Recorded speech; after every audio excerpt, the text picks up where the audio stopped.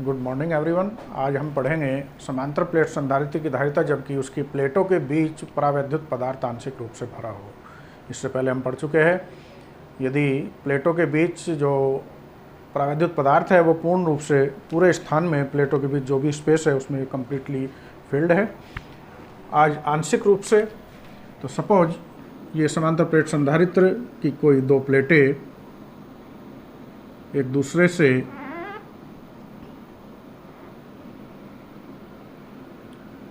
इनका जो सेपरेशन है, डिस्टेंस है, जैसा कि इससे पहले लिया था d, तो यहाँ भी स्मॉल d हमने कंसीडर किया।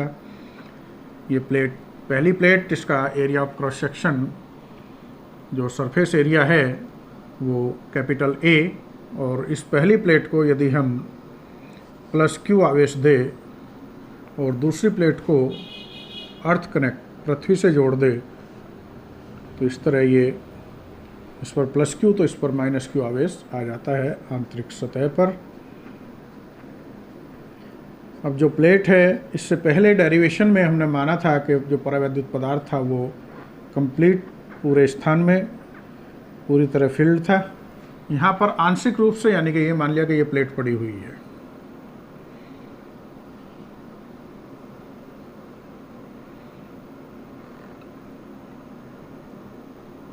इसका परावैद्युतांक K, तो इस तरह से इसकी जो मोटाई, ये स्पेस जो इसमें घेर रही है वो स्मॉल t। अब बाकी जो स्पेस बचा, यहाँ पर एयर और वैक्यूम, यानी कि K की वैल्यू इसके लिए 1 होगी और यहाँ K की वैल्यू K है। तो ये पूरा पार्ट दो हिस्सों में बट गया, पहला एयर या वैक्यूम और दूसरा इस परावैद्युत पट्टी के कारण, यानी कि यहाँ पर जो वैद्युत क्षेत्र होगा वो एयर में अलग होगा और इस परावैद्युत पट्टी में अलग होगा। तो इसमें लिखेंगे चित्रानुसार।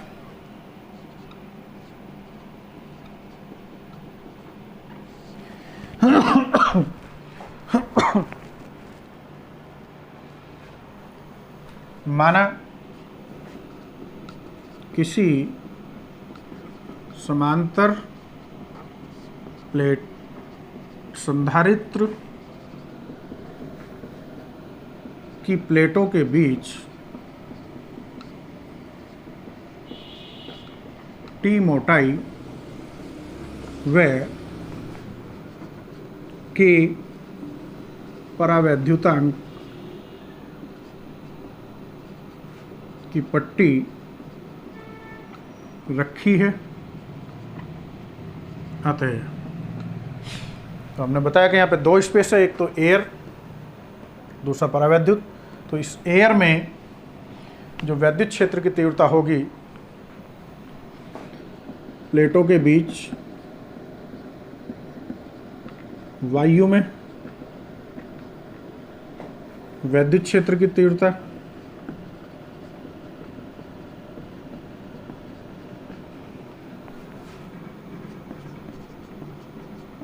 इसको E बेस में 0 लगा के हम डिनोट कर रहे हैं, बराबर होगा सिग्मा अपॉन एप्सिलॉन नॉट। चूँकि यहाँ पर K की वैल्यू 1 है तो इसलिए E0 बराबर लिखेंगे सिग्मा अपॉन एप्सिलॉन नॉट। ये हम पहले पढ़ चुके हैं सूत्र, जहाँ सिग्मा जो है आवेश का पृष्ठ घनत्व है तथा परावैद्युत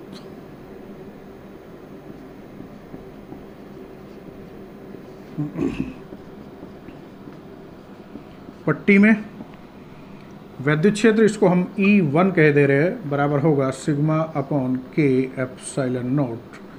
ये दो वैद्युत क्षेत्र हमारे पास आ गए। इन दोनों ही इक्वेशन में जहाँ सिग्मा हमने बताया कि ये प्लेट पर आवेश का पृष्ठ घनत्व है,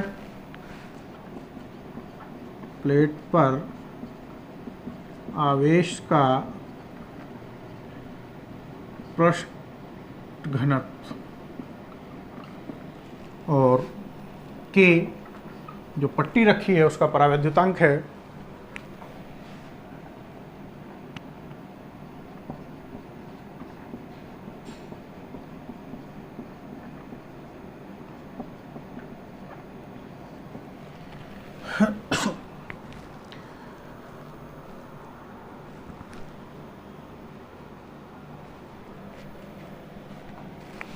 अतः प्लेटों के बीच विभवांतर, जो नेट विभवांतर होगा वो वायु में प्लस इस परावैद्युत पट्टी के कारण, इस स्पेस के कारण। तो इस कंबाइंड रूप से हम लेंगे V0, क्योंकि वैद्युत क्षेत्र की तीव्रता और विभवांतर में संबंध हम पढ़ चुके हैं। E बराबर होता है डेल्टा V अपॉन D या V अपॉन D या V बराबर A into D।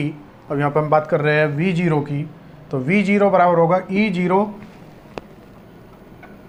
Into 0 use किया है हमने, जो नोट यूज किया है ये वायु के लिए यूज किया है, और वायु के जो स्थान है, जो दूरी है, वो इस टोटल में से ये घटा दे, T घटा दे, तो ये स्पेस बच जाएगा एयर वाला। तो यहाँ लिखेंगे हम D minus T plus V1, ये परावैद्युत पट्टी के लिए वैद्युत क्षेत्र की तीव्रता E1 ली है, और ये स्पेस जो है वो T है, तो यहाँ पर लिखेंगे E1 इंटू टी। अब ये वैल्यू इसमें हम रखे,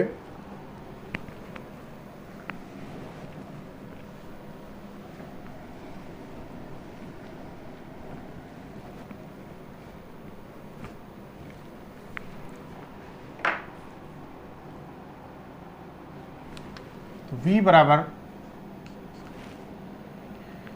E0 की value sigma upon epsilon not bracket में D minus T plus E1 की वैल्यू सिग्मा अपॉन के एप्सिलॉन नॉट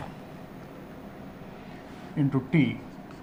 अब हम देख रहे हैं इसमें जो कॉमन दिखाई दे रहा है वो सिग्मा अपॉन एप्सिलॉन नॉट, तो इस तरह यहाँ बच गया D माइनस टी और यहाँ पर प्लस T अपॉन के, और जो सिग्मा की वैल्यू होती है Q अपॉन A होती है, तो इसलिए सिग्मा को रिप्लेस कर दिया Q अपॉन A से, epsilon naught as it is, और ये बाकी एज इट इज। यहाँ पर चाहो तो लिख सकते हो, चूँकि sigma equal to Q over A।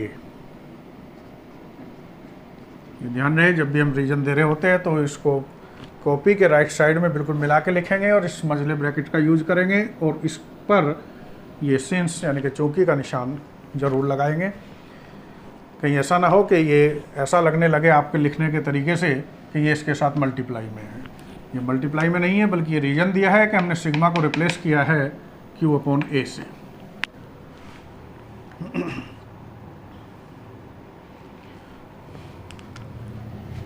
परंतु अब यहाँ पे V निकल चुका है, जैसा कि पहले डेरिवेशन में हमने लिया था, V निकाला था। उसके बाद विद्युत धारिता की परिभाषा से तो C बराबर होता है Q ओवर V। यहाँ इक्वेशन नंबर इसको 1 डाल दो, ये इक्वेशन नंबर 2 हो गई।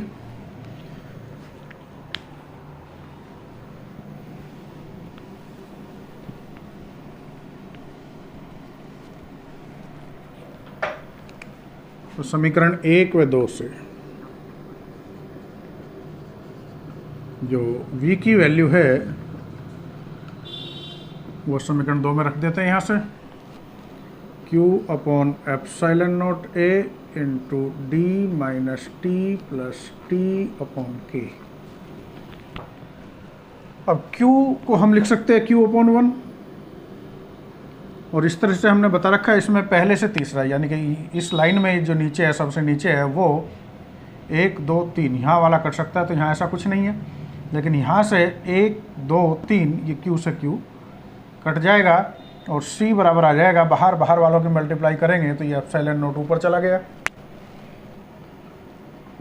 Upon D minus T plus T upon K। ये रिक्वायर्ड डेरिवेशन व्यंजक सूत्र हमें प्राप्त हो गया, जिसका मात्रक फैराड होगा। अब इसमें कुछ स्पेशल केस आते हैं, यानी कि ये कहे कि हमारा एक जनरल सूत्र हो गया। इस सूत्र की हेल्प से जो कल हमने डेरिवेशन निकाला था समांतर प्लेट संधारित्र धारिता के लिए जनरल सूत्र, उसको भी प्राप्त कर सकते हैं, और इसकी डिफरेंट कई स्थितियां हो सकती है। तो इसी क्रम में नेक्स्ट लाइन में नोट डाल के लिखेंगे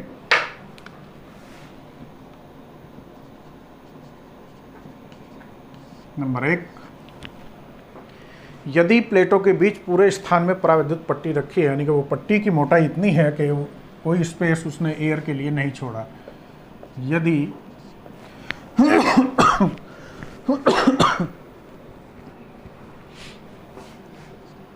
प्लेटों के बीच परावैद्युत पट्टी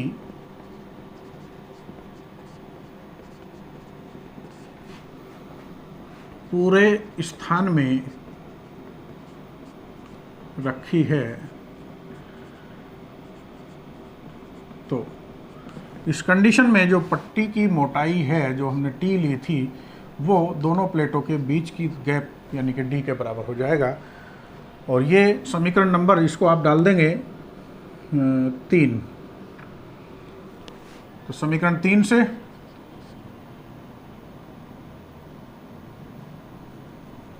तब समीकरण 3 से C बराबर epsilon not A upon D minus T, T की जगह रखेंगे D, प्लस T अपॉन के यानी कि D अपॉन के। अब इस तरह देख रहे D से D कैंसिल हो गया, ये D अपॉन के आ गया, ये ऊपर चला जाएगा, तो C बराबर हो गया K epsilon not A upon D, जो कि कल या इससे पिछले वीडियो लेक्चर में हमने प्रूव कराया था। तो आप यदि समांतर प्लेट संधारित्र की धारिता सिंपल पूछा जाता है तो इसको करके साथ में ये लाइन जोड़कर भी उस पर जा सकते हैं, या उसको भी हम डायरेक्ट कर सकते हैं, जो हम इससे पहले करा चुके हैं। दूसरी इसमें कंडीशन आती है कि प्लेटों के बीच पूरे स्थान में परावैद्युत पट्टी ना होकर वायु हो।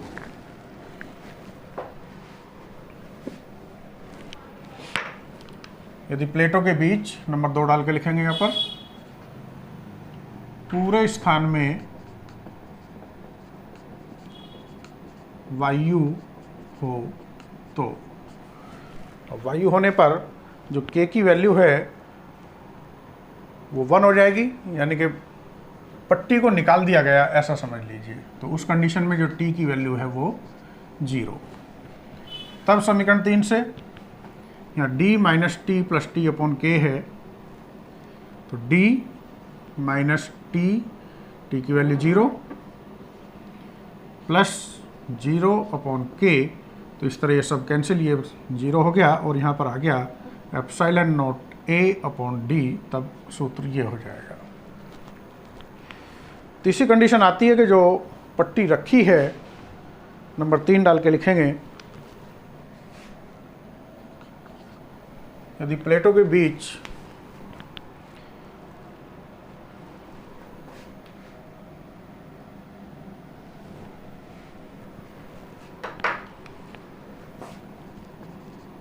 रखी पट्टी धातु की है, धातु की होने का मतलब K की वैल्यू इन्फिनिटिव, ये जो हमारा फर्स्ट लेक्चर था उस भौतिक विज्ञान को जब हमने शुरू किया था तो उसी में बताया था कि K की वैल्यू जो है वो धातु के लिए, चालकों के लिए इन्फिनिटिव होती है।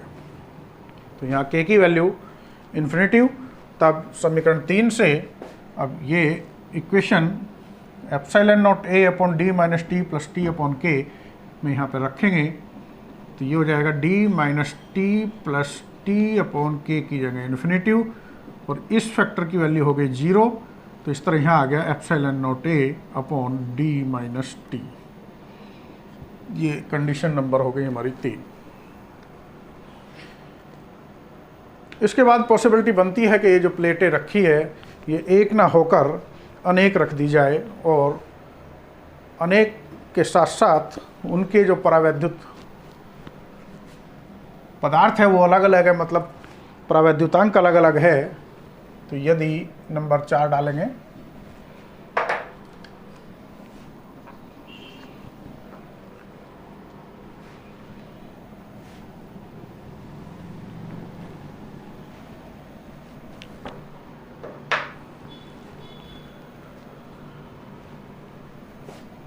यदि T1, T2 and so on Tn मोटाइयां वक्रमशः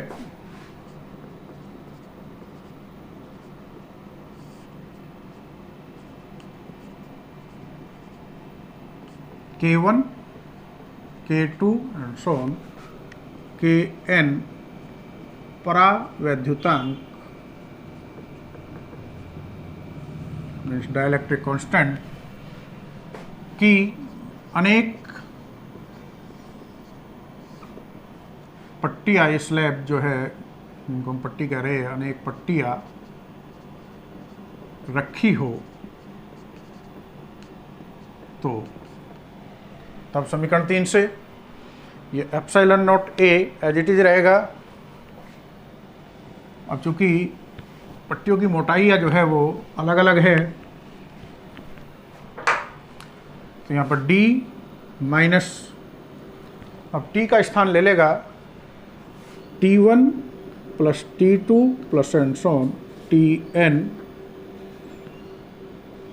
साथ में d minus t plus t upon k, तो यहाँ T1 upon K1 plus T2 upon K2 plus and so on Tn upon Kn।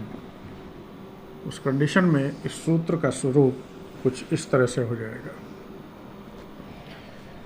इसमें भी कंडीशन हो सकती है कि इन सब की मोटाइयाँ बराबर हो, तो यहाँ उस कंडीशन में t प्लस t इन सब को जोड़ेंगे तो उनका योगफल आ जाएगा Nt। इसी तरह यहाँ पर आ जाएगा, ये इनके बीच में प्लस है,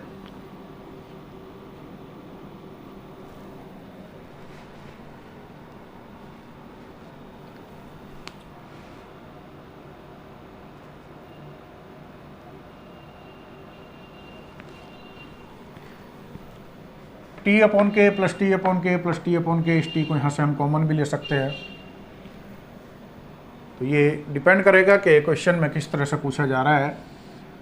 फिलहाल आप इसको यहीं तक कंप्लीट करिए। इसके बाद आता है इन संधारित्रों का संयोजन, कि इन संधारित्रों को हम आपस में किस तरह से कनेक्ट कर सकते हैं। तो यहाँ पर कनेक्ट करने के दो तरीके आते हैं, एक तो समांतर क्रम और एक श्रेणी क्रम। समांतर क्रम का मतलब है कि प्लेग्राउंड में, प्रेयर ग्राउंड में, असेंबली हॉल में जब आप अपनी अपनी कक्षाओं की लाइन में लगे होते हैं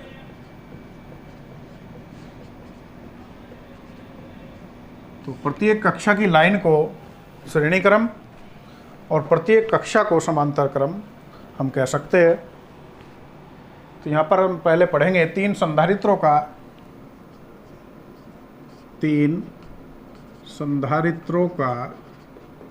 यानी कि कैपेसिटर्स का श्रेणी क्रम, मतलब सीरीज श्रेणी क्रम में संयोजन। संधारित्र को व्यक्त करने के लिए दो parallel line, equal parallel line एक दूसरे के बीच स्पेस देते हुए, ये इक्वल, ये निशान संधारित्र का होता है। मान लिया यहाँ पर हमारे पास तीन संधारित्र है और उनको इस तरह जोड़ रहे हैं, यानी कि लाइन इस तरह बना रहे हैं कि जैसे बहुत सारे बच्चे हो और सभी एक दूसरे का हाथ पकड़ ले, एक के बाद एक। तो वही यहाँ पे हुआ, ये पहला बच्चा, इसने अपना ये दूसरा हाथ दूसरे बच्चे के पहले हाथ में थमा दिया, दूसरे बच्चे ने अपना दूसरा हाथ तीसरे के पहले हाथ में, और इस तरह से ये वायर के द्वारा, कनेक्टिंग वायर के द्वारा बैटरी। अब यहाँ पर ये ध्यान दीजिए, एक भुजा बड़ी और एक छोटी, ये निशान बन गया सेल का। यदि ये पेयर केवल एक है तो ये निशान बन गया सेल का, और ये पेयर एक से अधिक हो जाए यानी कि ये कॉम्बिनेशन सेलों का, तब ये कहलाएगी बैटरी।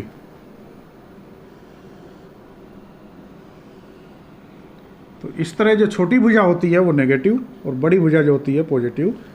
ये केवल यहाँ हम थ्योरी में ही नहीं, प्रैक्टिकल लाइफ में भी इसको हम यूज करते हैं। आपने देखा होगा जो बैटरी घरों में यूज होती है, इन्वर्टर पर लगी हुई है, उसमें 2 टर्मिनल होते हैं, एक तो पॉजिटिव और एक नेगेटिव। यदि आप ध्यान से देखोगे कि जो पॉजिटिव टर्मिनल है उसका साइज बड़ा होगा, वो टर्मिनल मोटा होगा, बजाय इस नेगेटिव टर्मिनल के ये टर्मिनल थोड़ा छोटा होगा। तो वही कॉन्सेप्ट इसमें लागू करते हुए यदि एक पेयर है पॉजिटिव और नेगेटिव प्लेट का तो वो सेल, और इन सेलों का कॉम्बिनेशन है, 2 सेल 3 सेल 4 सेल जितनी भी हम जोड़ दे तो उस कॉम्बिनेशन को हम बैटरी कहेंगे। ये बैटरी का पॉजिटिव सिरा पहले संधारित्र जिसकी धारिता C1 है कि पहली प्लेट से जोड़ा, तो इस पर यहाँ से जो चार्ज चला, आवेश चला Q, वो टोटल आवेश इस पे आ गया +Q। प्रेरण के कारण इसके दूसरी प्लेट पर -Q आवेश उत्पन्न हो जाएगा। अब इधर -Q होगा तो बाहर वाली प्लेट पर, यानी कि बाहरी सिरे पर, यदि इस पे प्लेट है, इसके इस सिरे पर नेगेटिव आवेश आ रहा है तो इस पर पॉजिटिव आ जाएगा, और वो पॉजिटिव आवेश इस कनेक्टिंग वायर के थ्रू इस प्लेट पर फैल जाएगा, यानी कि इस पर भी +Q आवेश आ गया। पुनः प्रेरण के कारण इस दूसरी प्लेट पर ये -Q आवेश आ जाएगा, और बाहरी सरफेस पर +Q आवेश वो नेक्स्ट प्लेट पर चला गया, नेक्स्ट संधारित्र की नेक्स्ट प्लेट पर, और यहाँ पर पुनः +Q, यहाँ इसी तरह -Q, और ये क्रम आगे चलता रहेगा। इस घटना को कुछ इस तरह समझ सकते हैं कि जो बैटरी है वो जस्ट लाइक ए पंप, जो कि हमारा घरों में यूज करते हैं पानी उठाने के लिए। ये पंप है, बैटरी का कंपैरिजन हम पंप से कर रहे हैं। पंप उठा रहा है पानी को, ये भेज रहा है आवेश को। तो पानी चला मतलब आवेश चला, और ये 3 टैंक समझ लो कि पहले पानी इसमें गया, अब जितना पानी इसमें होके जाएगा, जो पानी यहाँ से होके गुजरेगा, निश्चित सी बात है वो इसमें भी जाएगा जब हम इसको आगे धकेलते रहेंगे। वही पानी वही आवेश तीसरे में जाएगा। इस तरह श्रेणी क्रम में हम देखेंगे कि जितने भी संधारित्र पड़ेंगे उन सब पर आवेश समान होगा, और धारिता इनकी अलग अलग है, और V बराबर होता है Q/C के। Q सबका समान लेकिन C अलग अलग है, तो V भी अलग अलग होगा, यानी कि V directly inversely proportional to C। अब इन पर विभव कितना कितना होगा ये डिपेंड करेगा कि C यानी कि इनकी वैल्यू कितनी है। यदि ये भी वैल्यू सेम है तो V भी समान हो जाएगा, लेकिन वो V जो विभवांतर है वो यहाँ पर है, और ये अलग अलग क्रम से V1, यहाँ पर V2, और ये यहाँ पर इन दोनों प्लेटों के बीच विभवांतर V3 होगा। तो ये देखने के लिए कि कहाँ श्रेणी क्रम है, कहाँ समांतर क्रम है, ये तो अभी हम बात कर रहे हैं श्रेणी क्रम की, आगे पढ़ेंगे समांतर क्रम की। तो ये समझ लीजिए कि यदि हमें कहीं किसी रास्ते में जा रहे हैं, कोई चौपला पड़ रहा है, कोई जंक्शन पड़ रहा है, और अगले जंक्शन तक जाने में ये एक रास्ता है, तो इस रास्ते में जितने भी संधारित्र पड़ेंगे वो सब श्रेणी क्रम, और जितने भी रास्ते होंगे यहाँ से पहुँचने के, मान लो इसमें एक संधारित्र ये है, एक ये है, इसमें एक ये है, एक ये है, इसमें एक ये है, एक ये है, एक ये है, तो यहाँ पर एक पॉइंट से दूसरे पॉइंट तक जाने में, A से B तक जाने में 3 रास्ते हमें दिखाई दे रहे हैं। और पहले रास्ते में 2 संधारित्र है तो ये दोनों श्रेणी क्रम में होंगे, दूसरे रास्ते में 2 है, ये दोनों श्रेणी क्रम में होंगे, तीसरे में 3 है, ये तीनों श्रेणी क्रम में होंगे, लेकिन ये जो रास्ते हैं आपस में ये तीनों समांतर क्रम में होंगे। समांतर क्रम इसके बाद नेक्स्ट पढ़ेंगे। फिलहाल श्रेणी क्रम में संयोजन, इसके लिए सूत्र क्या आता है?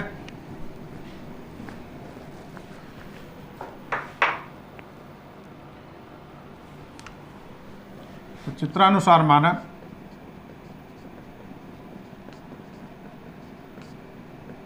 तीन संधारित्र C1, C2 व C3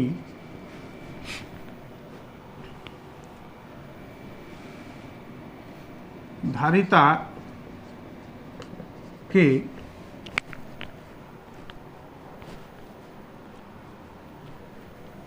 V वोल्ट की बैटरी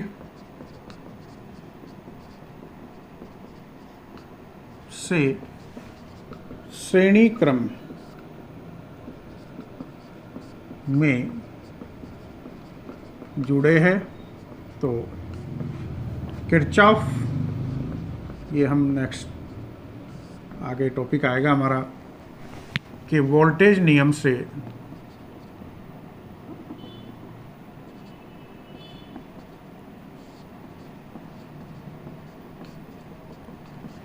ये वोल्टेज नियम कहता है कि इस बैटरी के बीच जो भी वोल्टेज है, जो भी विभवांतर है, वो इन तीनों पर बढ़ जाएगा और वो बढ़ने का जो रेशियो होगा वो डिपेंड करेगा Q पर। Q तो यहाँ पे सेम है, बचा क्या C पर, तो केवल और केवल C पर निर्भर करेगा। तो ये सिद्धांत, ये नियम कहता है कि V जो होगा टोटल, जो कि इस बैटरी का है V, यही तीन जगह बढ़ गया, V1 plus V2 plus V3, और V बराबर होता है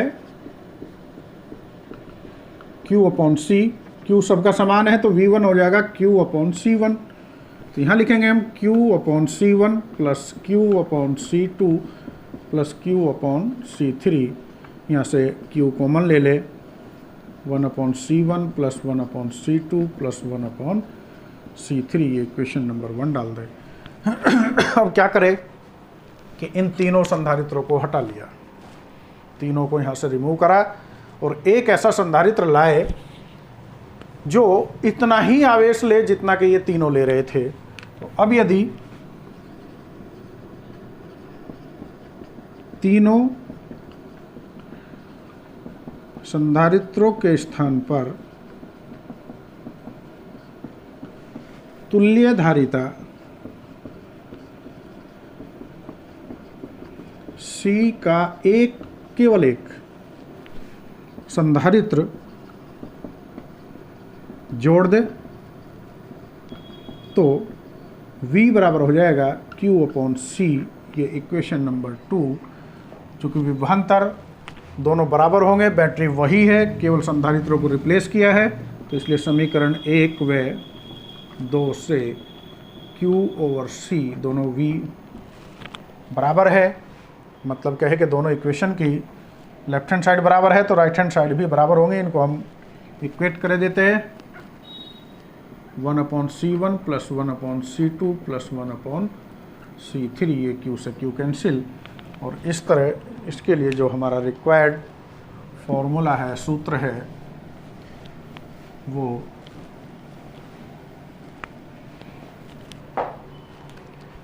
आ गया 1 अपॉन C बराबर 1 upon C1 plus 1 upon C2 plus 1 upon C3। इस पर आधारित बहुत सारे न्यूमेरिकल संधारित्र और आगे प्रतिरोधों पर आएंगे। लेकिन संधारित्र प्रतिरोधों, यदि यहीं पर हमारे प्रतिरोध जुड़े होते, वो अब तुम्हारे सिलेबस से हट गया है, उसका डेरिवेशन नहीं कराएंगे, केवल यहीं बताए दे रहे हैं, लेकिन उस पर आधारित क्वेश्चन नहीं हटे, न्यूमेरिकल आएंगे। यदि C के स्थान पर R हो, धारिता के बजाय प्रतिरोध जुड़े हो, तो तब ये सूत्र 1 अपॉन C के बजाय डायरेक्ट जुड़ेगा, R equal to R1 plus R2 plus R3। तब इस सूत्र का रूप इस तरह से हो जाएगा। इसमें जो विशेष ध्यान रखना है कि वैसे तो इन सब के व्युत्क्रमों को जोड़कर ही हम तुल्य धारिता निकालेंगे, लेकिन यदि कहीं केवल और केवल हमें 2 संधारित्र जोड़ने पड़ रहे हैं तो उसके लिए इसमें नोट डाल के लिखेंगे,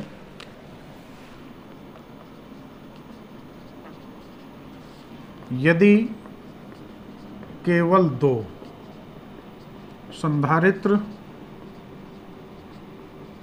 श्रेणी क्रम में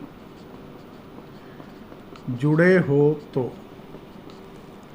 1 अपॉन C बराबर 1 upon C1 plus 1 upon C2, इसका एलसीएम लेंगे, C1 से डिवाइड करेंगे, बचा C2 की मल्टीप्लाई 1 में करेंगे तो यहाँ C2 और यहाँ इसी तरह आ जाएगा, C2 से C2 कैंसिल होकर C1 की मल्टीप्लाई 1 में करेंगे C1, तो 1 अपॉन C।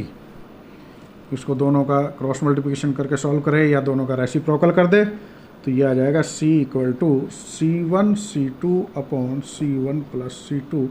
इस सूत्र को डायरेक्ट यूज कर सकते हैं, लेकिन ध्यान रहे यदि 2 जुड़ रहे हैं तो तभी यदि 3 जुड़ रहे हैं तो ये नीचे वाली प्लस C3 ऊपर C3 करके यदि करोगे तो गलत हो जाएगा 100%। उसके लिए तरीका यही है कि फिर आप इसी सूत्र को प्रयोग करेंगे। इसके बाद आता है 3 संधारित्रों का समांतर क्रम में संयोजन।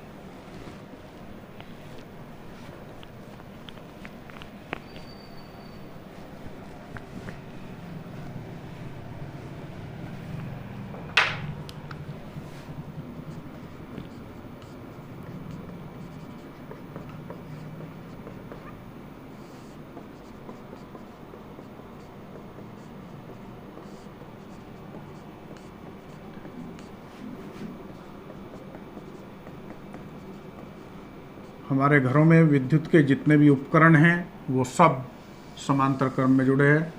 सबके ऊपर लिखा रहता है V बराबर 220 वोल्ट। पावर डिफरेंट हर एक की अलग अलग होती है, यानी कि हर एक पर विभव या विभवांतर की जो वैल्यू है वो समान होगी। तो यहाँ पर ये 3 संधारित्र, और इसको इस तरह से जोड़ना है कि इनकी पहली प्लेट सबकी एक बिंदु पर आ जाए, एक जंक्शन पर आ जाए, वो आ गई। दूसरी प्लेट ठीक इसी तरह दूसरे जंक्शन पर आ जाए,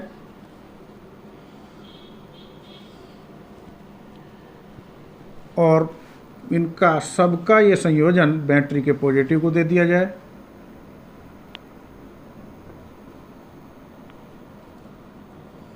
और दूसरा जॉइंट ये बैटरी के, ये B सिरा, ये A सिरा। ठीक उसी तरह जैसे कि पहले में हमने बताया इनकी धारिताएं C1 C2 क्रम से C3। अब यदि यहाँ पर विभवांतर V है तो निश्चित सी बात है कि इसके सिरों के बीच विभवांतर V होगा, यहाँ भी V होगा और यहाँ भी V होगा। लेकिन यहाँ ऐसा मान लीजिए कि पंप लगा हुआ है पानी का, इसने पानी भेजना शुरू करा और यहाँ से 3 पाइपों से ये अलग अलग डायरेक्शन में जा रहा है। चूँकि C1 C2 C3 अलग अलग है तो ये मान लीजिए कि इनके साइज अलग अलग है। ये थोड़ा मोटा हो सकता है, ये पतला हो सकता है, ये और पतला हो सकता है, और मोटा हो सकता है। यानी कि यहाँ से जो पानी चला वो 3 जगह बट गया, लेकिन इन तीनों जगह जो पानी बट रहा है वो कुल पानी वही है जो इस पाइप से जा रहा है। तो यहाँ पर जो बट रहा है वो आवेश बट रहा है कि इधर जो आवेश गया वो Q1, इस पे जो गया वो Q2, और इस पे जो आवेश गया वो Q3। यहाँ से जो नेट आवेश दिया बैटरी ने Q, और वो Q आवेश होगा Q1 plus Q2 plus Q3 के। यानी कि सिंपल सा कॉन्सेप्ट है। इससे पहले डेरिवेशन में हमने लिया था V को बांटा था, यहाँ पर आवेश बट रहा है, वहाँ विभव बट रहा था, विभवांतर बट रहा था, यहाँ पर आवेश बट रहा है। वहाँ पर कुल विभव उन तीनों के विभवों के योग के बराबर था, यहाँ पर कुल आवेश इन तीनों पर आवेश के इक्वल होगा। तो चित्रानुसार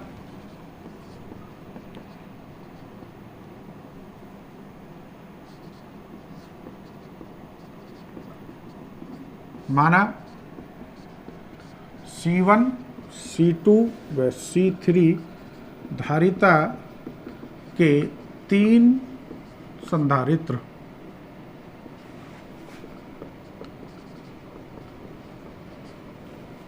समांतर क्रम में जुड़े हैं।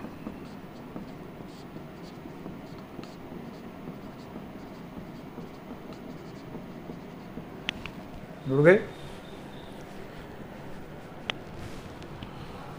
अब यदि उन पर आवेश, या यहाँ पर हम सीधा लिख सकते हैं आवेश क्रम से Q1 Q2 व Q3, Q1 Q2 व Q3 है, तो बैटरी द्वारा दिया गया कुल आवेश, यहाँ पर किरचॉफ करंट लॉ या किरचॉफ का द्वितीय नियम यूज कर सकते हैं, कह सकते हैं। तो बैटरी द्वारा दिया गया कुल आवेश Q बराबर होगा Q1 plus Q2 plus Q3। तो यहाँ पर हम शॉर्ट में अब यदि उन आवेशों पर क्रम से Q1, Q2, Q3 आवेश है तो बैटरी द्वारा दिया गया कुल आवेश यानी कि पूरी लाइन को हटाकर सीधा लिख सकते हैं किरचॉफ के प्रथम नियम से। प्रथम नियम में आवेश सुरक्षित रहता है, बैटरी जितना आवेश दे रही है वो आगे वही डिस्ट्रीब्यूट होना है, नष्ट नहीं हो रहा है वो। हाँ, रूपांतरित जरूर हो रहा है, वो कहाँ किस रूप में हो रहा है, और हम ये मान के चल जाए कि जो वायर में लॉस है वो 0 है। अब चूंकि Q बराबर होता है CV, V सबका समान है लेकिन धारिता अलग अलग है तो आवेश भी अलग अलग हो गया। इस तरह Q1 के स्थान पर C1V plus C2V plus C3V, और यहाँ से हम V कॉमन ले ले तो ये बच गया C1 plus C2 plus C3, equation number 1। अब यदि इन तीनों को हटा दे, तीनों संधारित्रों के स्थान पर तुल्य धारिता C का एक संधारित्र जोड़ दे तो वो भी उतना ही आवेश ले रहा है, धारिता C हो गई, विभवांतर V होगा। समीकरण नंबर 2, आवेश बराबर है तो समीकरण 1 व 2 से CV बराबर V into C1 plus C2 plus C3, ये V से V कैंसिल तो C बराबर आ गया C1 plus C2 plus C3। तो इस तरह हम देख रहे हैं कि यहाँ पर सीधा सीधा जोड़ रहे हैं, मतलब धारिता यदि बढ़ानी है, धारिता की वैल्यू बढ़ानी है तो विभिन्न संधारित्रों को समांतर क्रम में जोड़ना होगा। इनकी जगह यदि प्रतिरोध होता तो यहाँ पर प्रतिरोधों के लिए जो सूत्र यूज करते हैं हम, प्रतिरोध के लिए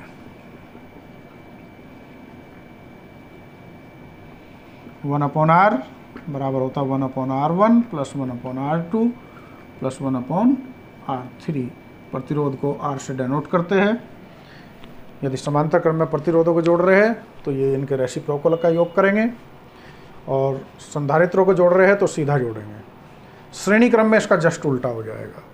श्रेणी क्रम में संधारित्रों को जोड़ रहे हैं तो 1/C बराबर 1/C1 यानी कि उन संधारित्रों के रेसिप्रोकलों का योग करेंगे, और प्रतिरोधों को जोड़ रहे हैं तो सीधे जोड़ेंगे, डायरेक्ट जोड़ेंगे। यानी कि वहाँ पर श्रेणी क्रम में संधारित्रों को यदि जोड़ेंगे तो धारिता घटेगी, प्रतिरोध बढ़ेगा।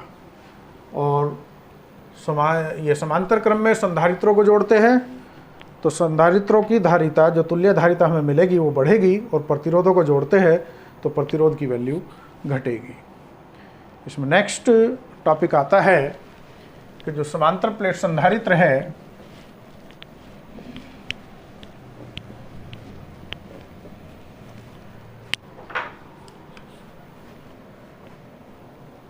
आवेशित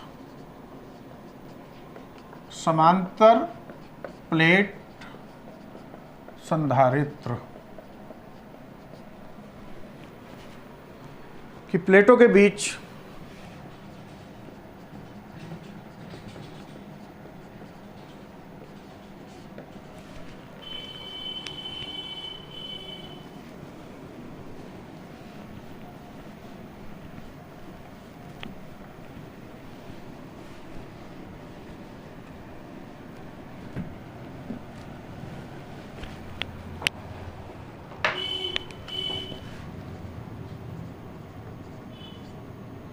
वैद्युत क्षेत्र में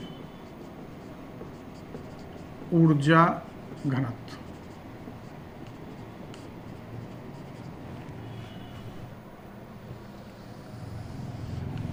यानी कि प्लेटों के बीच जो स्थान है उसके प्रत्येकांक आयतन में जो कुल ऊर्जा होगी वो ऊर्जा घनत्व कहलाती है। समांतर प्लेट संधारित्र की प्लेटों के बीच प्रति एकांक आयतन की कुल ऊर्जा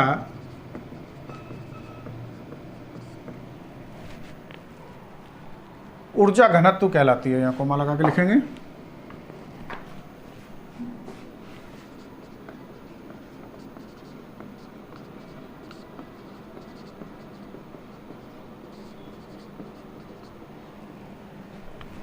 इसका मतलब ऊर्जा घनत्व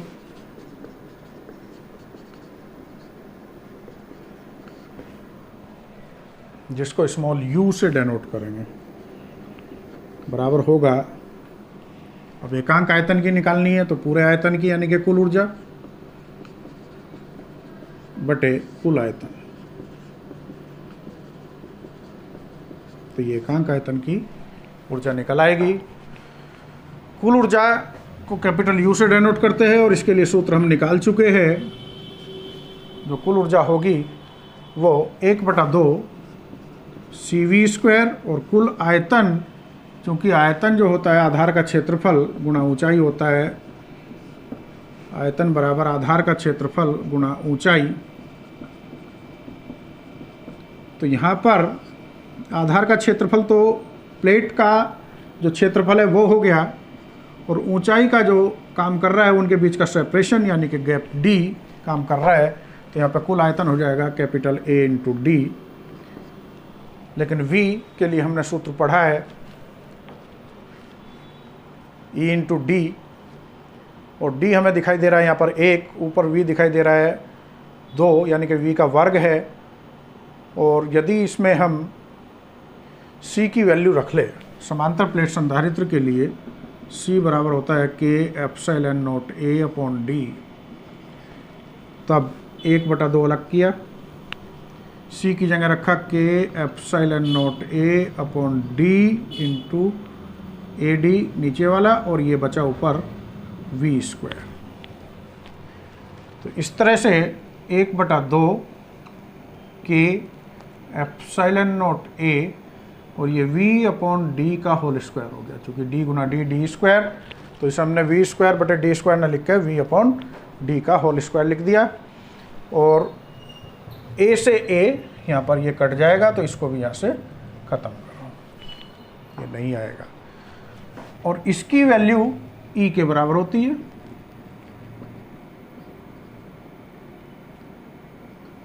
तो यहाँ पर आ गया 1/2 K∈0E² स्मॉल u, यानी कि ऊर्जा घनत्व के लिए व्यंजक स्मॉल u बराबर ½ K∈0E²। इसके बाद इसमें आप लिखेंगे संधारित्रों के उपयोग। तो नेक्स्ट हेडिंग डालेंगे संधारित्रों के उपयोग। तो संधारित्रों के उपयोग में नंबर 1 आप लिखेंगे ऊर्जा संचित करने में, यानी कि ऊर्जा का संचय करने में। तो नंबर 1 लिखेंगे ऊर्जा का संचय करने में। इसके बाद नेक्स्ट नंबर 2 आप लिखेंगे आवेश संचित करने में। संचित मतलब इकट्ठा करने में। नंबर 2 आवेश संचित करने में। नंबर 3 इलेक्ट्रॉनिक परिपथों में।